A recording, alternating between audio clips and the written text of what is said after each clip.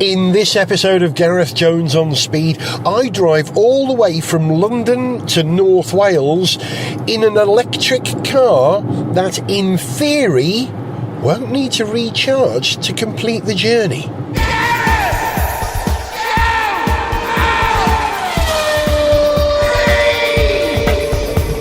Hello, welcome to Gareth Jones on Speed. I'm Gareth and I'm on the road.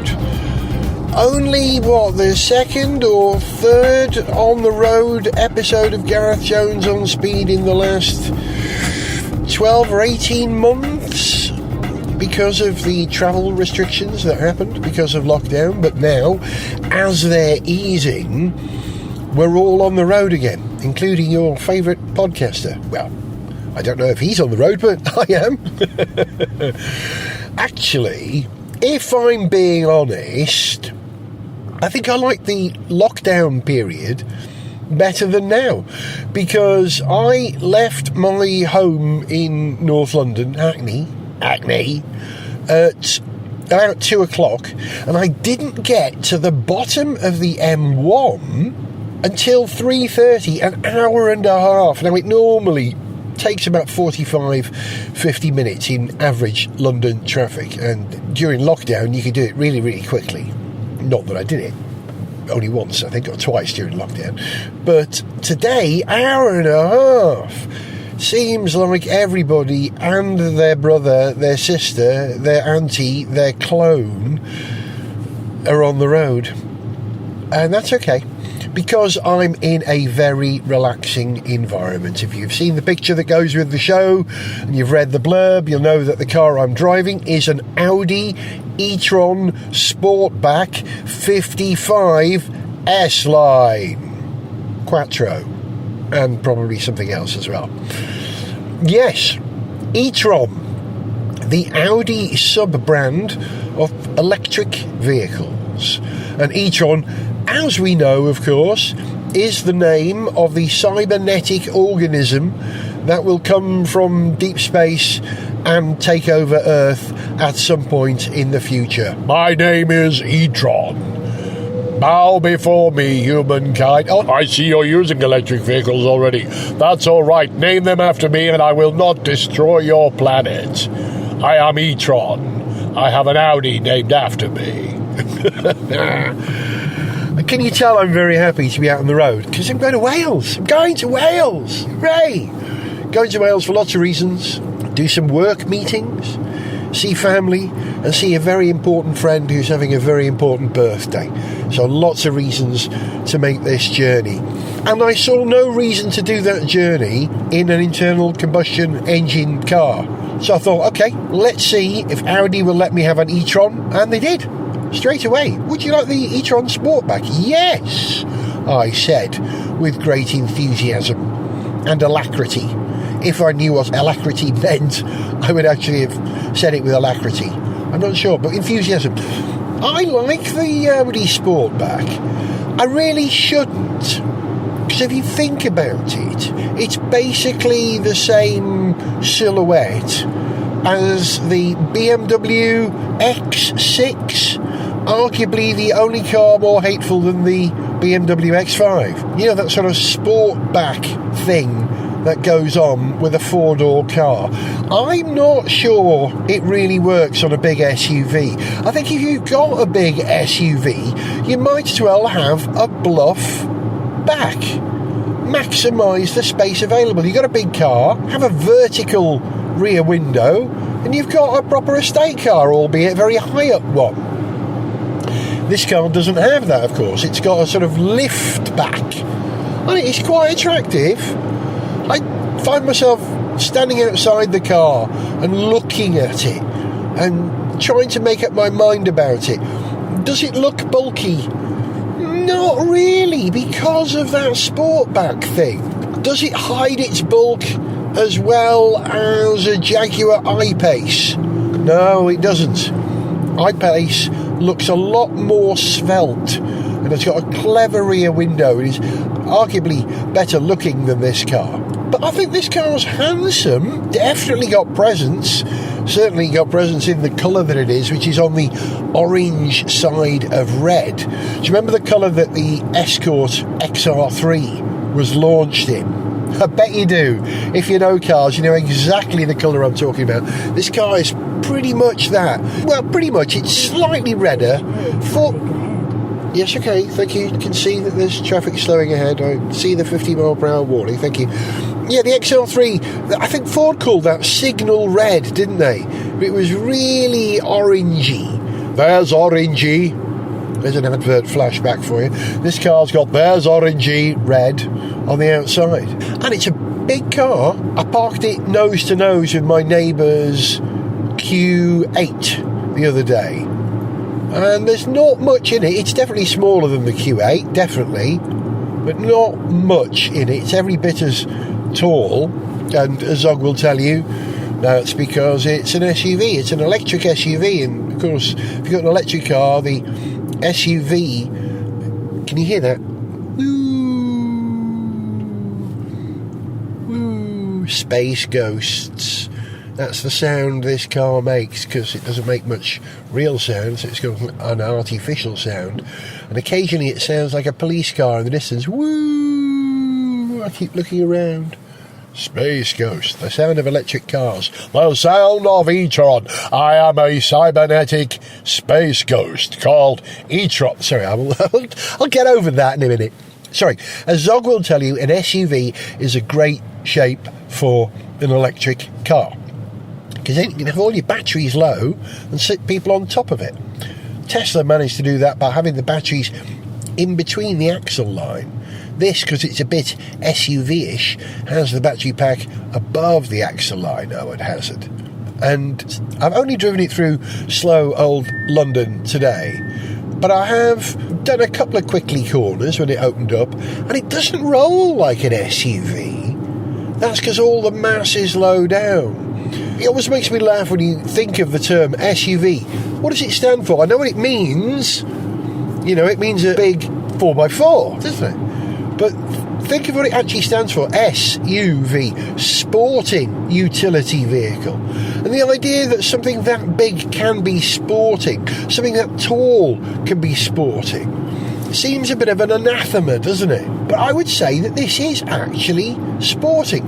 After all, it is a quattro, so it will put the power down as you need it, and there's plenty of it. I think the 0 to 62 time is something like 5.9 seconds in this car, which I'll need to check, which is actually, if you think about it, quite good for a car that weighs 40 kilograms less than 2.5 tons. Oh, it's a heavy car, isn't it? 2.5 tons.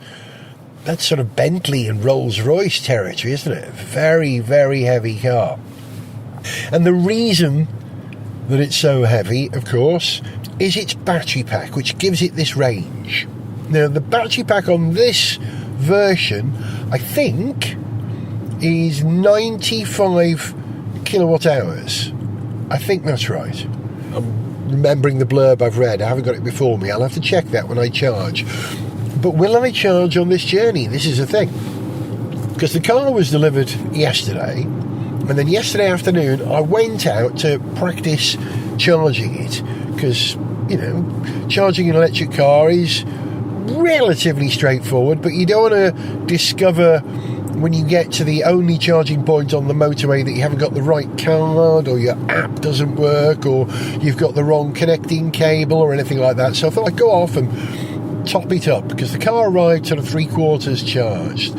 So off I went to try and find some local charging points, and unfortunately I couldn't use the Source London public charging devices that are on the street near my house in London, because their app simply won't work on my phone. I've got, Android 9 point something on it, and it just crashes. Open up the app, crash. Open up the app, crash. It won't work. Please take over steering the car manually. I am doing. I'm in full level 2 and a bit autonomy mode at the moment, by the way. More on that later. Yeah, so I couldn't use the local chargers which are fairly low anyway. I think they're about 7 or 14 kilowatts. So I thought I'd go and explore and try and find some new fast chargers, because this car will allow you to super fast charge, rapid charge, and that's interesting. That makes a big difference to the practicality of any electric vehicle. So I headed off and I found a BP Pulse charger. And isn't it interesting how we have electric car charging points in petrol stations now, and companies like BP and Shell are moving over to providing green energy, you might say, electricity for cars. And when I got to the pump, worked out which side to plug it in, because this car has got 2 charging ports either side of the bonnet, just about where the bonnet meets the hinge for the front door, and they're hidden behind a little panel. And I love this panel.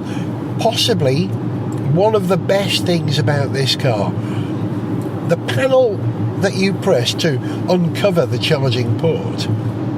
It's not like a hinged petrol cover. It's got a kind of cantilever, pantechnicon, is that the right term? What do you call those electrical pickups on the roofs of trains that are a bit like an accordion? They squash and stretch. Pantograph, that's the word. They move up and down with the overhead wires. Well, the hinge on the cover for the electric port on this car, it's a beautiful thing to watch. Press a button on the port and it opens up. And like I said, it's got 2. On one side, you've got a CCS, the combined charging system. And on the other side, you've got, what do they call that other one? Not CHAdeMO, it's not CHAdeMO, but a sort of standard charging port like you get on the Leaf and lesser cars. And by that, I don't mean lesser cars, I mean cars with shorter range, you know. And so it took me a minute to work out which side I need to be to make use of the charging connection available at the BP Pulse charging point. And it just so happened it was on the right-hand side, the driver's side. And as I was parked nose into this charging point and the cable connected on the left, it was a slightly inelegant reach from one side of the parking bay to the other. It was a bit like, you know, when you go to fill up your car with petrol and you've parked on the wrong side, you know, your petrol filler is on the opposite side of the pump. You know, it's slightly awkward. So I've got to work out the elegant solution for that. Perhaps reversing, but if I do that, the cable then will obscure the driver's door.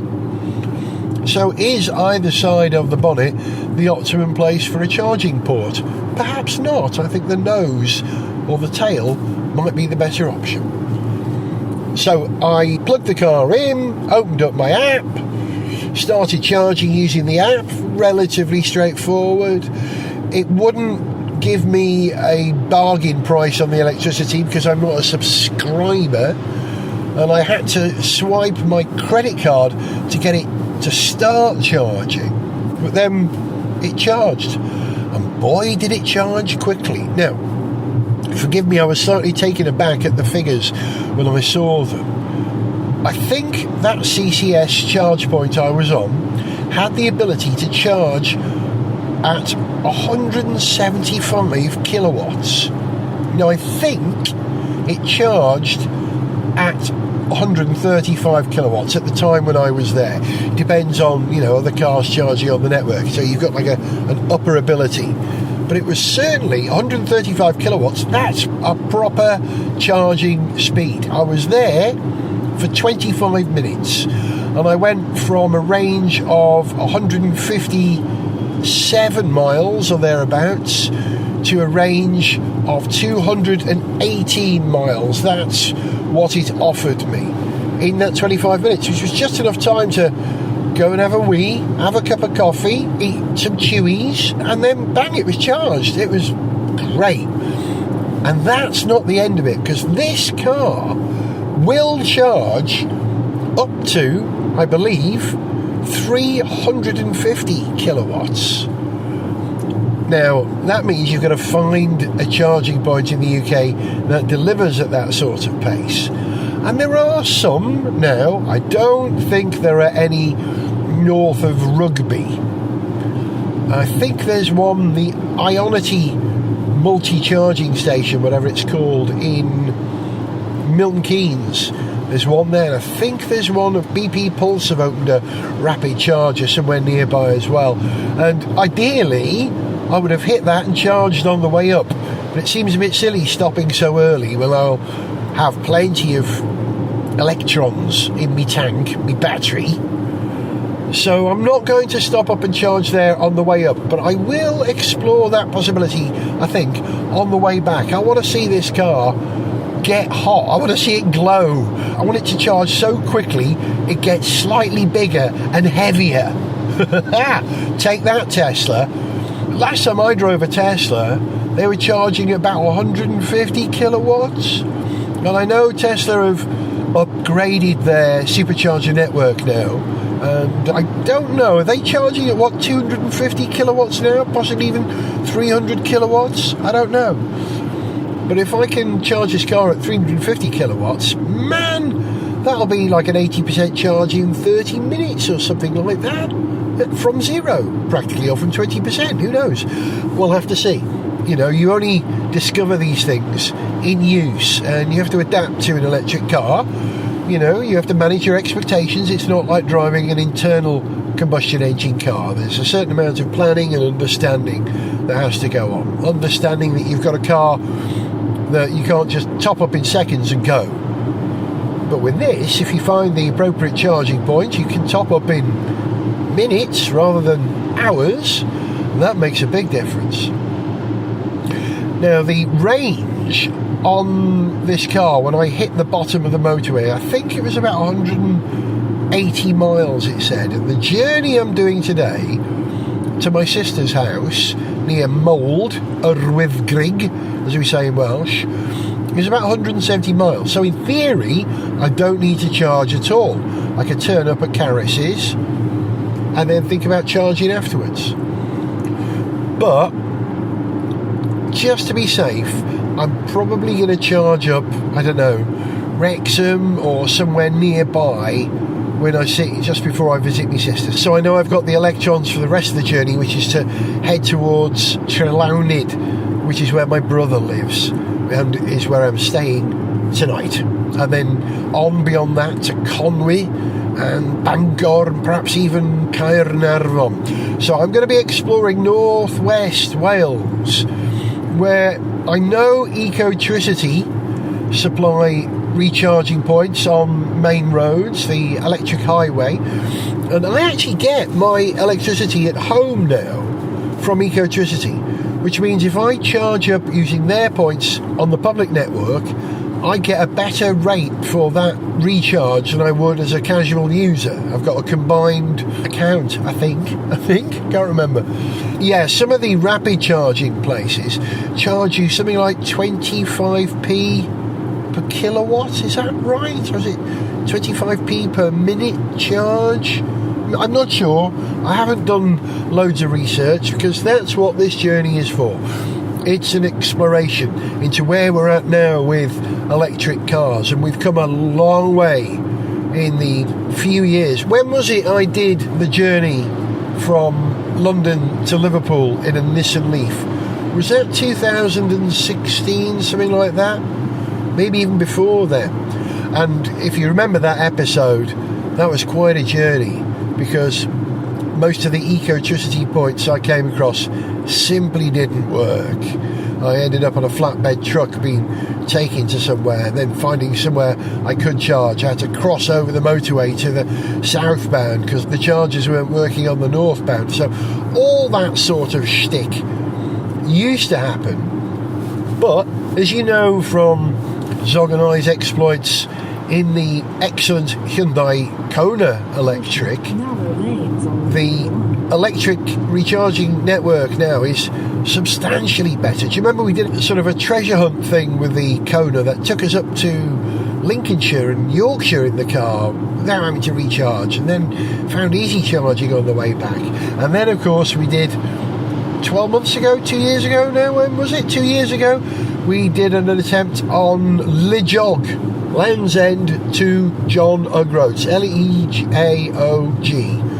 Le Jog, in an electric Kona, and we very nearly did it, didn't we? Very nearly, we got close. And if the Ecotricity charging network had actually charged at 43 kilowatts like it promised, actually charged at something like 20 something kilowatts, you know, if it had delivered what it had promised, we'd have done it. So let's see if I can find some fast recharging or even reasonable rate recharging points to top this car up. Where are we now? Ooh, Aylesbury, the junction for the A5 for Aylesbury, I should say. I'm on the M1 using the level 2 and a bit autonomy on this car, which I have to say is really good. There is no slalom shuffling between the lines. You know, some cars tend to shuffle, you know, they look for a safe line when they're reading the two white lines to decide what route to take down the middle of a lane. This car's very good. It's not fidgeting, it's not twitching, it's nice and stable.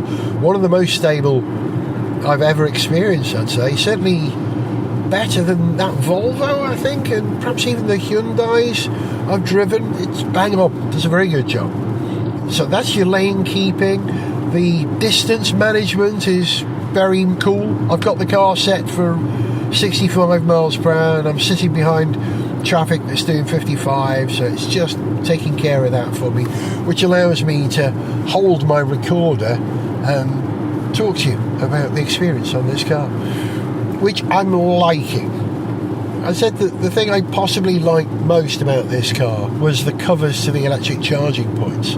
But this car has an innovation on it which I have never experienced in any other car before. What is it? I'll tell you in the next section.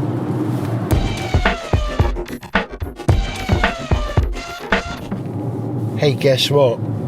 I had to stop to charge. I was on the M6 and the car calculated that it was something like 10 miles or 8 miles short of range to get to my sister's. And I was going to pick up my sister and go and charge the car and sit with her in the car and have a cup of coffee while the car charged. But I couldn't get there. So I bailed and looked for a charging point that wasn't Ecotricity. Discovered an Instavolt charge point in a place called Penkridge, which is Wolverhamptonish, I think, Staffordshire, quite possibly. Not that far from Telford, ultimately. So, decided to charge that car. Oh, hang on, I think where I'm going. Where am I going? Cannock? Hang on. Gareth Jones on speed! Where was I? Now that I've worked out actually where I was, because at that very moment I got a call back from Instavolt, who are the people who provided the electricity that is propelling me forward in this car again at this moment, currently now on the A5, sort of Shropshire, heading towards North Wales, the borderlands, the marches, lovely, the Welsh lands which we let England look after for us. So I had an interesting charging experience. This is only the second charging experience with this car. First one yesterday, very fast, as you know, connected, disconnected, no trouble. You know what's coming, don't you? This time, pulled up, put the car on charge without an Instavolt account, just swipe your credit card, it starts charging, and it was putting it in a good rate, 50 kilowatts, which I'm happy with. I had a nice chat with Mercedes EQB, is that what it's called? Yeah, similar to this in many ways, and he was charging his car up on the next charger. Very lovely fella from Edinburgh, Glasgow and Hull, all over the place. Fantastic chap. A lovely chat with him about what it's like enjoying electric car ownership and how you have to adapt slightly, and how that's a good thing. When my car got up to 80% charge, which of course is the optimum to charge your car to, I swiped my card to end the charge and it said charging complete, but it wouldn't disconnect from my car, and it said card not accepted. card identification problem, which is crazy because that was the card I used to instigate the charge, so it had recognised it. And it gave me all the charging details on the screen and everything. It was crazy. So I had to phone up, and eventually lovely Jennifer, once we got disconnected, called me back and had spoken to some people, taken advice, tried cycling the car, all sorts of things. Nothing would unlock the car. It had a green light on where the plug goes in the side of the car saying I'm charging and I'm not letting go, I'm locked. We tried everything, it wouldn't unrelease. It says, okay, I've just spoken to an engineer. It says under the bonnet there's a yellow physical tag. Pull that and you will disconnect it manually. It's like an override, a reset. Click, pull that, green light went out. I was free, which was a great shame because that charge happened pretty quickly. I don't know, 40 minutes maybe to get 80% charge, and it was instigated easily. Shame that it didn't disconnect. But then once I started rolling again, the phone rang and a chap from Instavolt called me to follow up. Hi Gareth, everything okay? How's it working? Listen, can you talk me through what happened? We're seeing a few reports of this happening on some pumps, but always with Audi e-trons. So talk me through what happened. And I told him the process, and he reckons there's a code issue, a disconnect code, because it's the car that instigates the charge.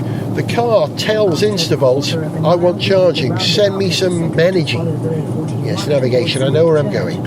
And so it starts the charge, and then when it finishes the charge, the car is sitting there going, I'm ready to charge me up. It hasn't said, okay, I'm cleared this lock. And that's a problem. But we found a way around it with the manual reset button under the bonnet. So if I ever get into a situation like that again, I know how to get out of it now. And that's okay because, I'm new to this car, aren't I? I only got it yesterday, I only charged it twice. How often do you make mistakes early on when you're adapting to something new? And that's part of the experience. So now I have that information. They have that information. Poor Rob from the customer care and the customer help technology connection department, whatever it is at Instavolt. Yes, I know where I'm going. Whitchurch, I know. He gets to go home early if we solve this problem between us. And if I give him all the information I could, we had a good long chat on the phone. I told him, the whole process, and he was genuinely interested and needed it to solve their code problem. So they can have a deep dive, he said, in the actual code for that session. So he knows what time my session started, he knows what time it finished, he's got data about the car and the account, so he can look at the code from my charging session and see at which line the code went wrong.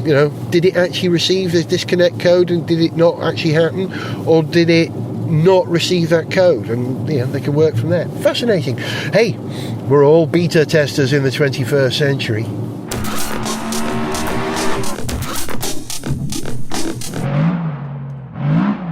Hello again.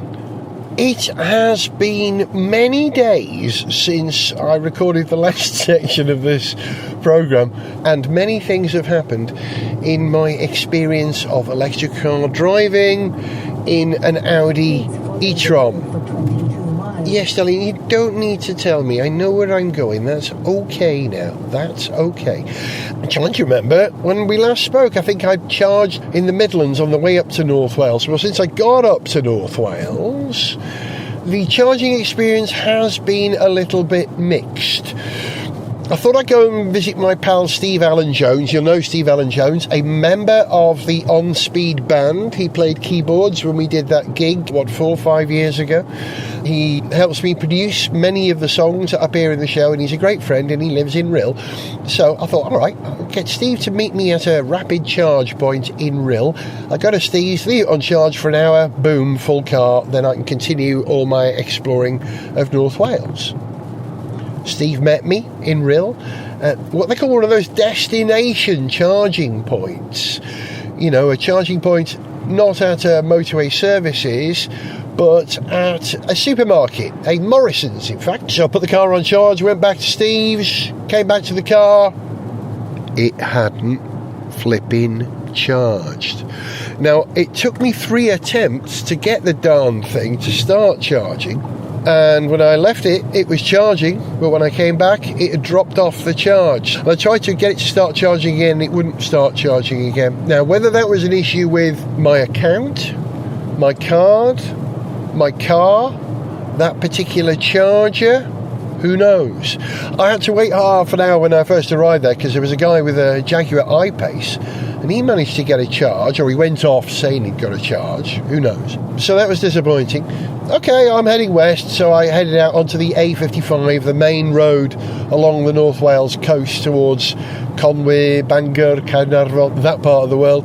So off I headed, and I'll try an Ecotricity charging point at Kinmel Park. Now, I was using the Audi Find a Charger Point software that was on the car, that's built into the navigation, not using ZapMap. And maybe I should have used ZapMap, because if I'd used ZapMap, if you're heading towards a charging point that has had problems reported, ZapMap will tell you. It'll have a red line around that particular charging point saying, oh, problems, issues reported, find a better one. But because I use the Audi inbuilt system, I didn't have that information. Of course, I get to the Ecotricity electric highway charging point and cannot get a charge. Tried swapping to another charger at the same service station, can't get that working. Ended up on the phone to Ecotricity, and yeah, oh no, it'll only give a free vend and it'll give you like 5 miles charge for free, but it wouldn't let me pay for a charge. Ecotricity, I so much want you to work because you provide my electricity at home, and I want to support a pioneering organisation who are offering a not-for-profit service. What was that? I suddenly got an alert on the dash, something about exterior mirrors, but I was unable to see what it was before it went away. Ooh, that's curious.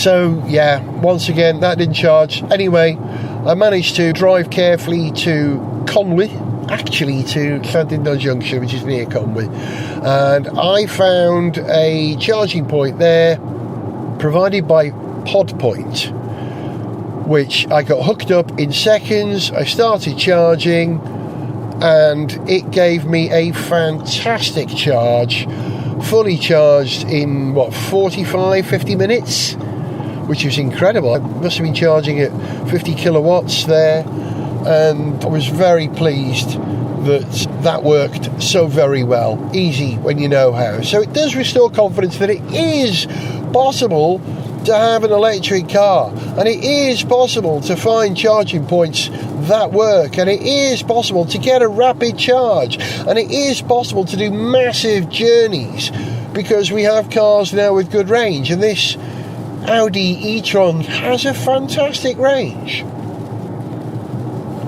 But many things, as I said, have happened to me since that point.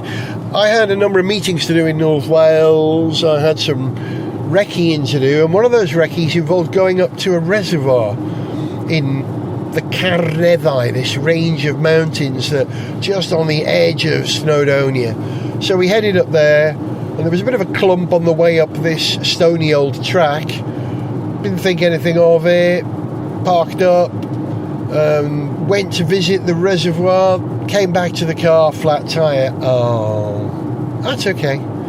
I'll pop on the get you home tyre. So I searched the car, no get you home tyre. And I looked around and I couldn't find the emergency tyre repair kit. And I had a thorough look around the car. Couldn't find it. So I called the AA, and which is part of the Audi Assist service. And the AA said, oh, we'll be there in 20 minutes. And it was more like 45 minutes before they'd actually got to us. To be fair, we were up a track halfway up a mountain, but the guy was local and knew where he was going, and he came and said, oh, I'll put on a get you home tyre. They had a transit van tyre, and with the right adapter that would get me home. Could he make the adapter fit? No, the massive brake calipers on this car prevented that from happening. So he tried a bit of alternative logic. Okay, if I can't get it on the front tyre, the one that's burst, let's put it on the back and put the decent rear tyre on the front. Good logic. Could he get his get your home tyre to fit on the rear? No, that couldn't fit either. So, bit of a warning there. If you're going to buy a Audi e-tron Sportback, I'd recommend having a get your home tyre that you know is going to fit, should you ever have a flat. That's my advice. So he had to resort to his last resort, which is repair the damaged tyre. Now, this damaged tyre, remember, hasn't got a nail in it. It's been split by a rock. That's what that bump was. It was a rock on the apex of a wiggly bit of road, and it actually slit the side of the tyre enough to allow air out. But the AA man was able to plug it with one of those sort of umbrella repair systems that you plug in that repair your tyre, and it held pressure. So it got me home. Yay. The AA then offered to ferry the car home to London on a flatbed, or back to Milton Keynes actually, Audi headquarters. And that was no good to me because I've brought so much stuff with me in the car. Camping gear, swimming gear, long story why. And I wasn't going to be able to get all that home on the train. So putting the thing on a flatbed wasn't an option, even if I was allowed to travel in the wagon with the AA recovery car. Remember, there are all sorts of rules regarding COVID, whether you're allowed to get in a vehicle with someone else now, so I wasn't going to risk that. So I thought, okay, I'll research getting a new tyre. And I eventually discovered that no one could come and repair the tyre where I was in Conway for over a week. Wow. But Quick Fit did have the tyre I needed and could do it in a couple of days. I had to wait till Monday to do this, and the blowout was on the Saturday evening. So Monday morning, I finally, at lunchtime, was able to commit to a decision, located a nearby Quick Fit that could supply a tyre. Great. Booked that in, but I still had meetings to do. So I got a rental car and went off and did my meetings in Northwest Wales in a rental car. And then on Wednesday, the day that was booked to repair the car, I dumped the rental car and ferried the Audi to Quick Fit, and the tyre was there. Woohoo! This is going very well, I thought. However, there was a spaniel in the works. It was the wrong tyre. There are two versions of the tyre that I had ordered online, which was a 265/45R21H XL. Is that what the tyre was? Forgive me if I've got that wrong. It's a massive 21-inch tyre. The two versions of it, there's an off-road spec and a road spec, and I'd ordered the only one available, so you think that's the only tyre available. But I'd actually ordered the off-road tyre, and the one I needed to match all the others was the road spec tyre. Oh, flipping trousers. That was a disappointment. But the man in Quick Fit said, oh, don't worry, no drama, I can order you the other one. It might arrive this afternoon, it might arrive tomorrow, you might have to wait till Friday. Drat, that's me marooned in North Wales for another couple of days. You know, love being in North Wales, but being in North Wales without a car is a bit of a problem. So I went with it, asked them to order the replacement tyre, and just hung out at my brother's house and had a nice time at my brother's house, climbing local mountains and eating local food and being local people, and that was really nice, a bit of quality time with my brother. And eventually Thursday came, I didn't hear from Quick Fit, so I called to say, oh, did the tyre turn up? They hadn't told me, but oh yes, Gareth, it's all ready to go. Well, why didn't you bloody tell me? That would have been helpful. How am I expected to know? Can you tell I'm gritting my teeth? Remaining calm. But they were as good as their word. I went and got to the car, and the correct tyre was fitted, and they charged me the same regardless of what the difference was in the price of the tyres. That was interesting. And off I jolly well went. Picked up the car, headed back to London now, and of course I'm 2 days later than I said I was going to be now. Not thanks to electric car recharging, but thanks to the simple action of just finding the right tyres. How frustrating was that? But we got there in the end, and are now heading back to London, but not before another local recharge, and I found a charging point in North Wales. What was this one? This was what used to be the Polar network, which is now part of BP Pulse. Is that what it's called now? BP Pulse. And it was okay. It took a couple of attempts to instigate the charge. I wasn't able to do it from my app, but I was able to do it as a guest from my credit card, which means I've been charged the higher rate, not the cheap rate that you get from the app. I wonder if that was deliberate.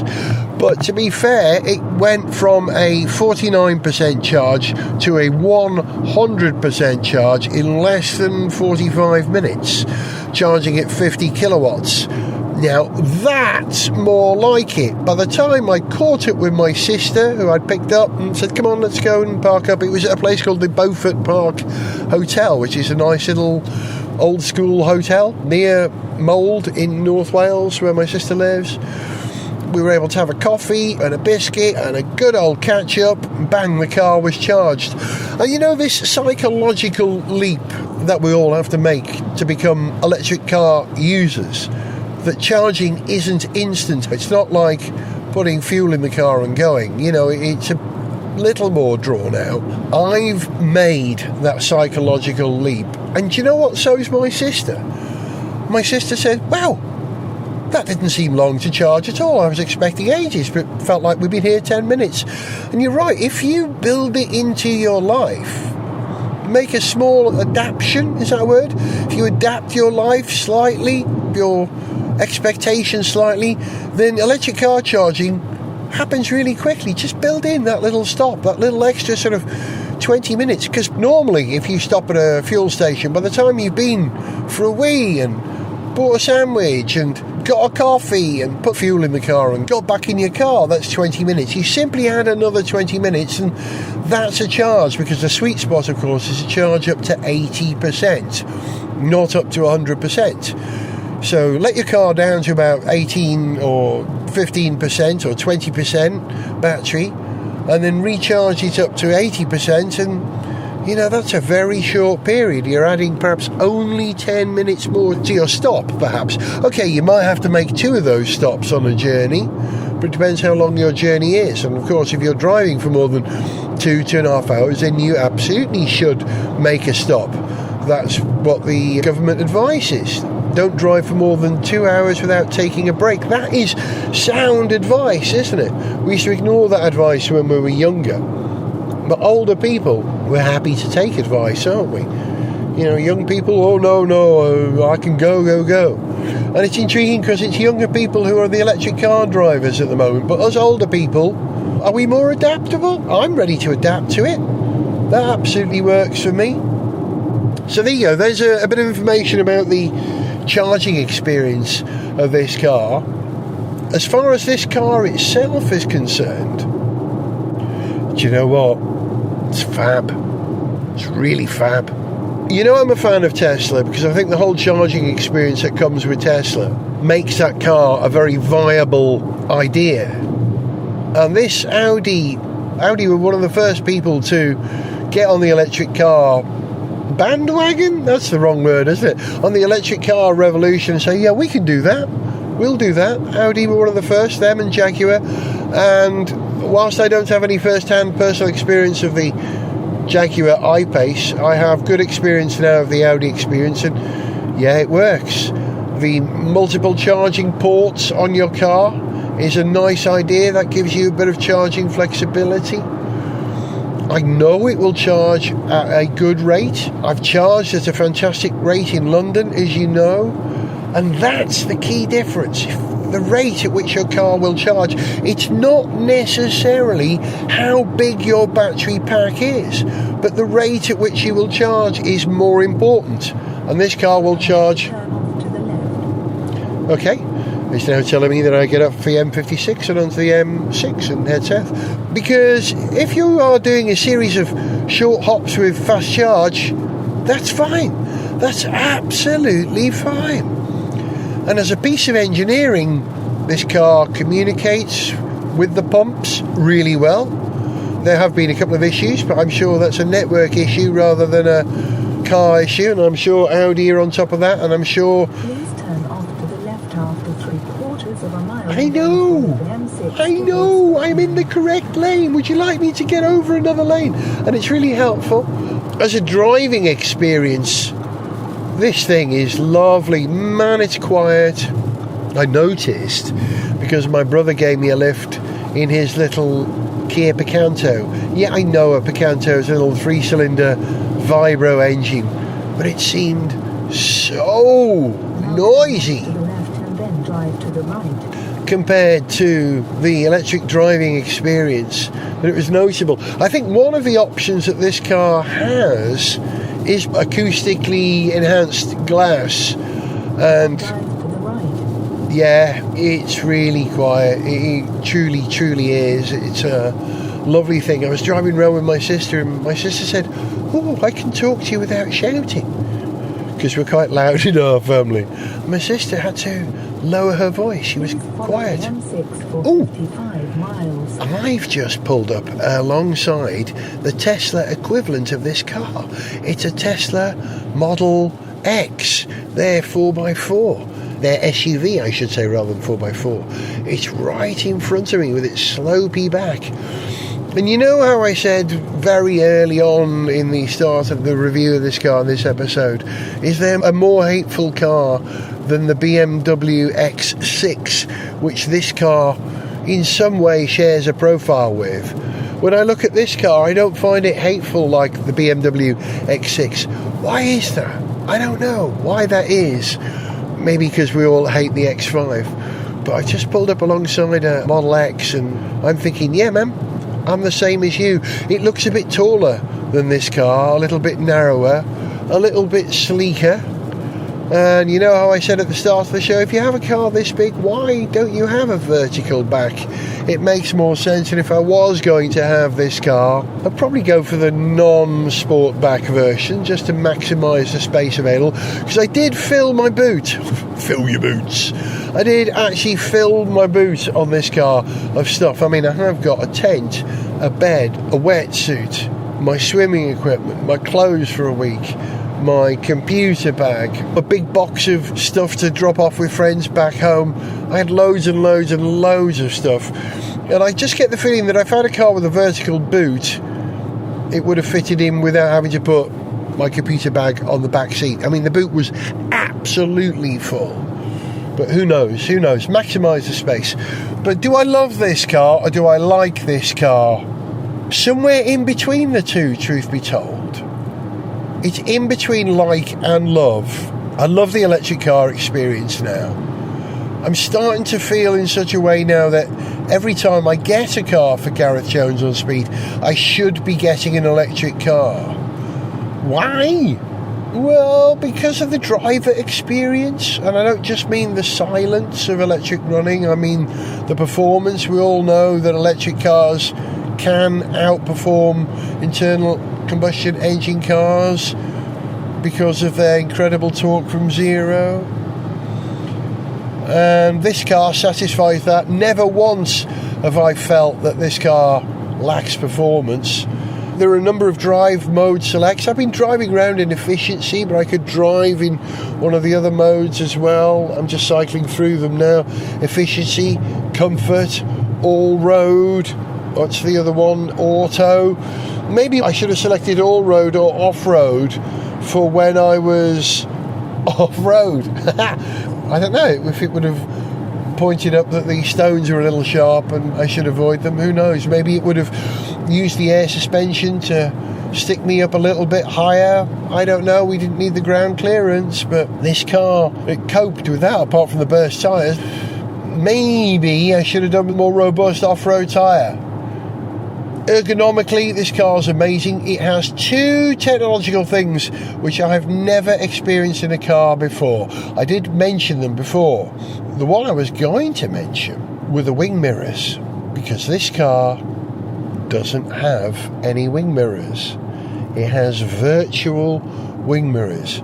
So instead of having ruddy, great big wind jammers sticking out either side of the driver and passenger's window, it's got two stalks, and on the end of those stalks, cameras, and it has two video screens for the output of those cameras on the driver and passenger's door, the front driver and front passenger's door, just above where the door handle is. So in the junction between the door and the dashboard. And it took me, I would say, 24 hours to adapt to that. I kept looking instinctively out of the window at where the wing mirror should be or would be. And then you have to glance down, you see out your peripheral vision, oh no, the actual view is in the door. And now I do it instinctively. It took a lot more to adapt to the right hand, the driver's side wing mirror, than the passenger side. The passenger side, you glance over and you have a much wider field of view, don't you? So you instinctively see the wing mirror view in the passenger door more easily than you do in the driver's door. And they work. They work. I did notice on one occasion when it was dark that one of the cars behind me must have had LED lights that were blinking, and were blinking at a similar or a slightly different refresh rate to the refresh rate of the camera and the screen I was viewing on, because I saw a flashing light. I didn't see a steady light. You know when you're watching LMP1 cars at Le Mans on TV, I remember noticing that the Audis a few years ago, the laser headlights that they had on those cars blinked, and you could see them blinking constantly, but when you viewed them with your own eyesight, they weren't blinking. It was only the refresh rate of the television camera or the screen that you were watching it on that made it appear as if they were blinking. And the same thing happened for one car only. I can't remember what that car was. So yeah, they work even at night.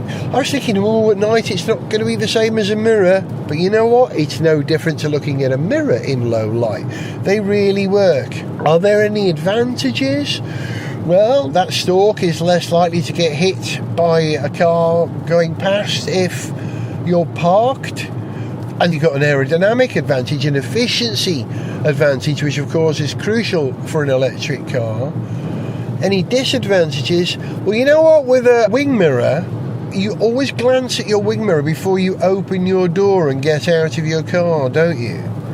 So an electronic virtual wing mirror, if that wing mirror turns off the second that you turn your engine off, then you're in trouble. But fair play Audi, they've thought about this. And the virtual wing mirrors, the display rather, the camera and the display, stays on until you've opened the door and you get out of the car. So you can last glance in your door to see if there's a car coming before you open your door. Nice. And of course those little things that you get, you get a yellow light around a wing mirror these days. If there's a car passing you, you get that on the display here. So it does everything a wing mirror does all in one place. I like it. And it's the one thing that's marvelled people. They've noticed, oh, no wing mirrors as they get in the car. Yeah, virtual wing mirrors. It's modern. It's the future. But this car has another technology on board that I've never experienced before in any car. The display is massive. It's great. There's a big old display in the dashboard. And then there's a secondary display sitting lower down in the central partition between the driver and the passenger seat. And that normally shows, well, at the moment it's showing the heating and the seat heating and everything.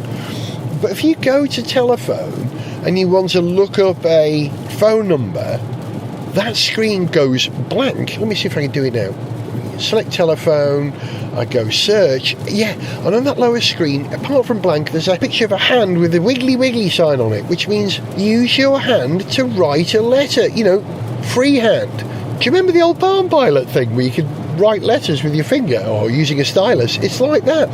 So it was very easy. Because I'm right-handed driving the car, I could reach down with my left hand and write a G or a C or an A or whichever address I was looking for, and it immediately starts offering up letters, and it read it really well. And actually I found it slightly easier to use than the alternative, because if you press the X on that screen, it gives you a traditional keyboard layout as well. But actually I found the right technique really worked really well. Never had that on a car before. Really like it. It worked.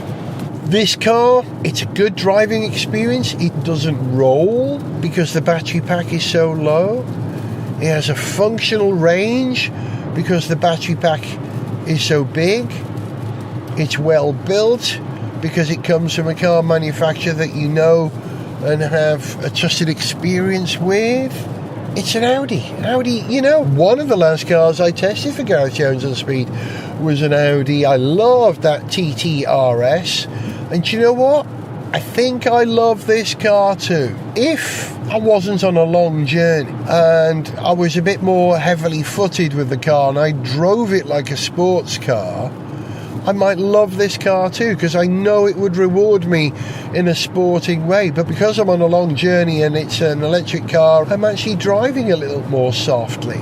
So I've adapted to this car and I will continue to adapt to this car. Yeah, so lots to say about this car. It's beautiful, it's quiet, it's stately, it's got a slight air of Rolls-Royce, dare I say, about it, of stateliness. It's huge presence on the road, it's quiet, and that's no mean thing, is it? Now, is that attributable to all electric cars, or is it this particular electric car because it has that acoustic glass and the silence of the drivetrain? And that's no mean thing. A car which gives you Rolls-Royce levels of presence and authority and quiet and stateliness, that's something. Do you know what? When I was in Llandudno Junction on the way back the other day, Llandudno Junction is not only the name of a region of Llandudno, but it's also the name of a train station too. It really is. When I was in Llandudno Junction waiting for my connection, a train came into the station, and instead of being the usual colours of Transport for Wales, red, white and green of course, or the more neutral colours of Intercity, whatever they're called this week, it's all changed. It used to be Virgin, it's not anymore.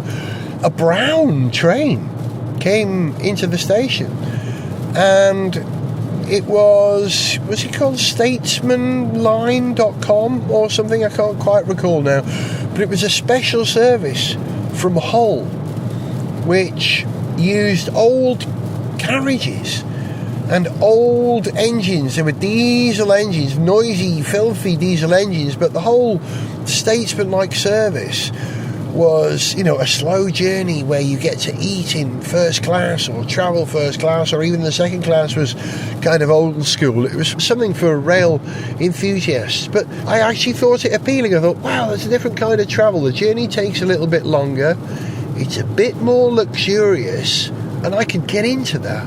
I could dig that. I quite enjoy that, and it never occurred to me before. But in that moment I thought, man, that's like the journey I'm doing in this Audi e-tron. It's going to take a little bit longer, but it's a bit more luxurious and it feels more like an event. I kind of like that. For someone who's into cars, and you're into cars because you're listening to this programme, if that journey takes a little bit longer, but it feels like an event, that's a wonderful thing. And I think Tesla achieved that. It feels like an event. And travelling in an Audi e-tron feels like an event. That's an achievement. That's special. I like it. So I think I'm somewhere between like and love this car for that reason. It's an enthusiast's car, this is, which seems like an anomaly if it's an electric car, but it is absolutely that, because I know it will go like off a shovel.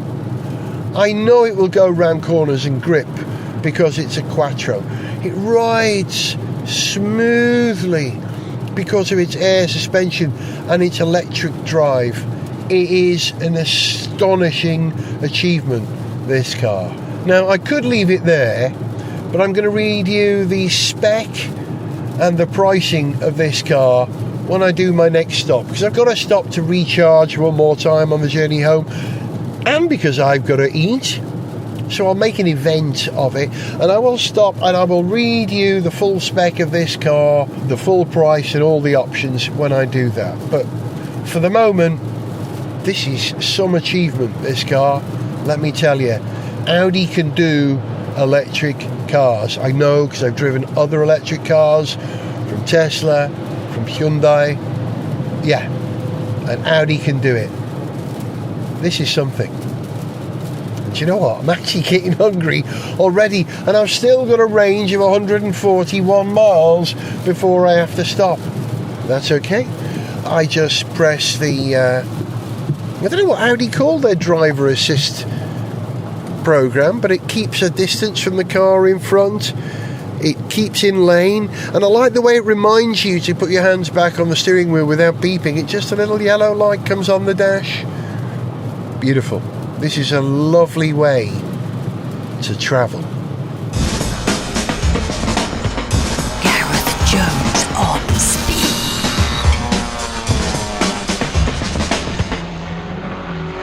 It's recharge time, which means that you get a bonus section to this programme with a bit of info about the technical spec of the car that I'm driving, which is an Audi e-tron Sportback 55 Quattro. I'm actually charging on the M6 motorway at Corley Services at the moment. I have eschewed the Ecotricity charging points, which look rusty and awful, conveniently located next to the opening to the services, and instead I'm using the ChargePoint InstaVolt charging system, which is amazing. It looks really nice. They've taken a bit of the Tesla culture. Have you ever seen a Tesla charging point? They're really simple and elegant, and just turn up, plug in, and they look modern. And the InstaVolt chargers look modern, and it's the first time I've seen so many in a row. There are 7 in a row here, so I tidily parked myself down one end and started charging. I don't know if I managed to start it using my card or using my phone. I don't know, but it's charging, and it's telling me that in 36 minutes I will have a 75% charge or something like that, which is amazing. I'm already at 67%, and that's £8. Anyway, okay, that's the charging. Here's the car.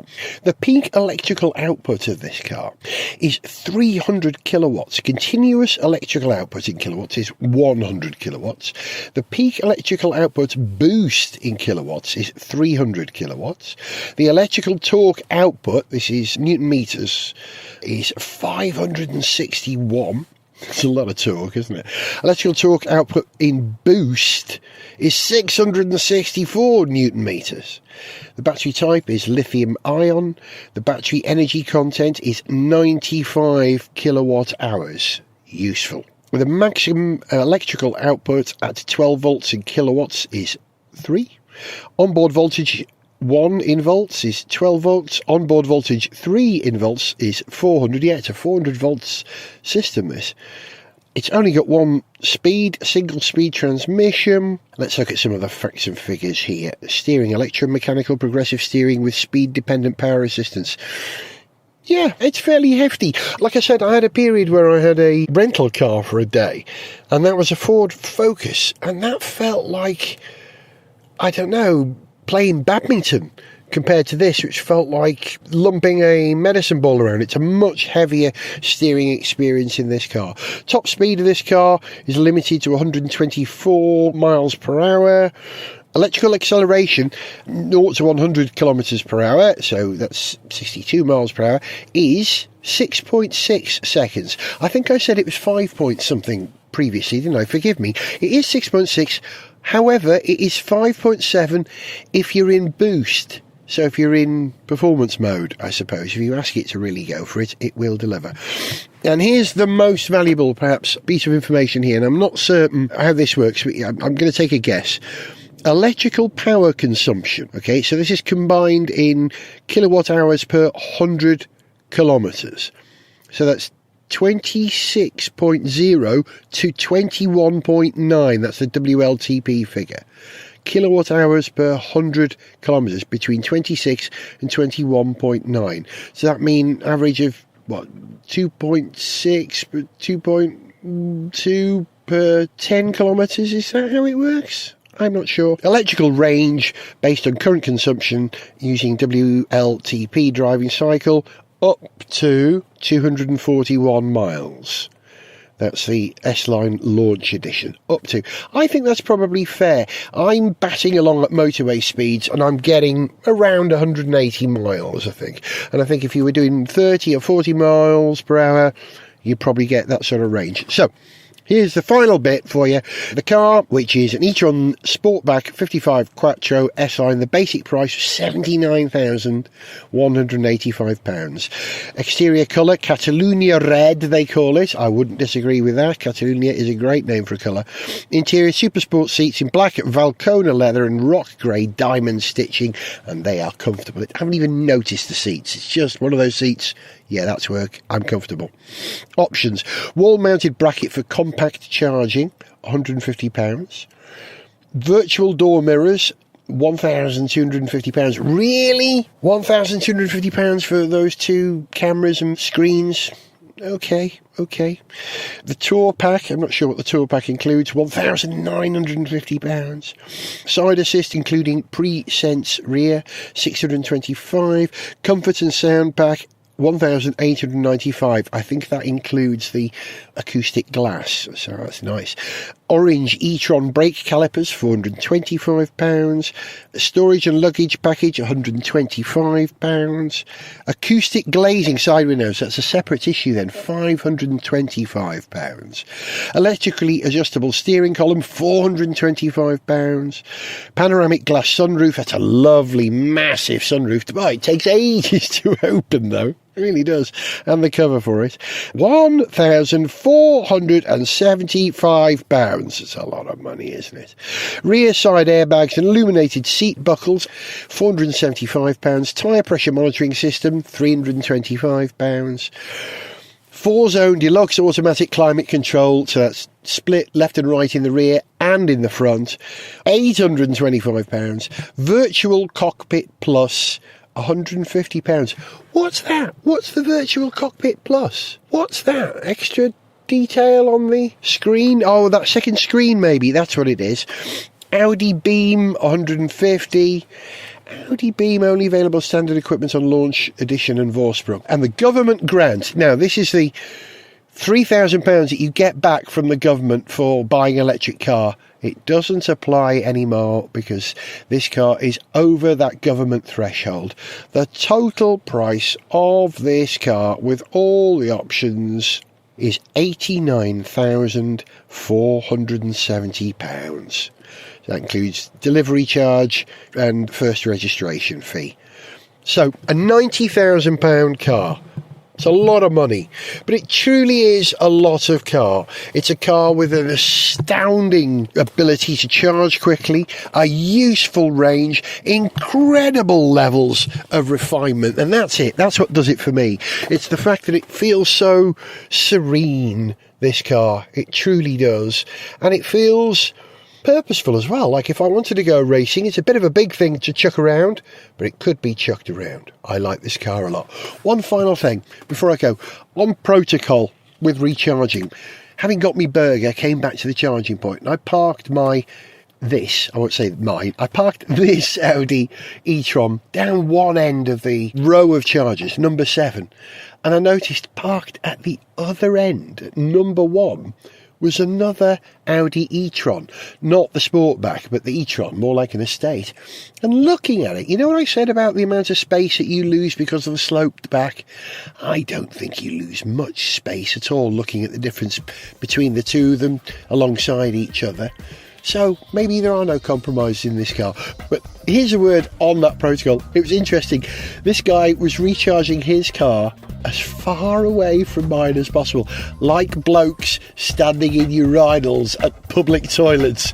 You never go next to the person, do you? You go as far away as humanly possible, which is weird because we are in the same club. We're in the fans of the Audi e-tron club, and fans of Instavolt who do good charging, and fans of electrical driving. I hope you are too. This has been a slightly longer than I intended edition of Gareth Jones on Speed. I hope you enjoyed it. See you for the next one.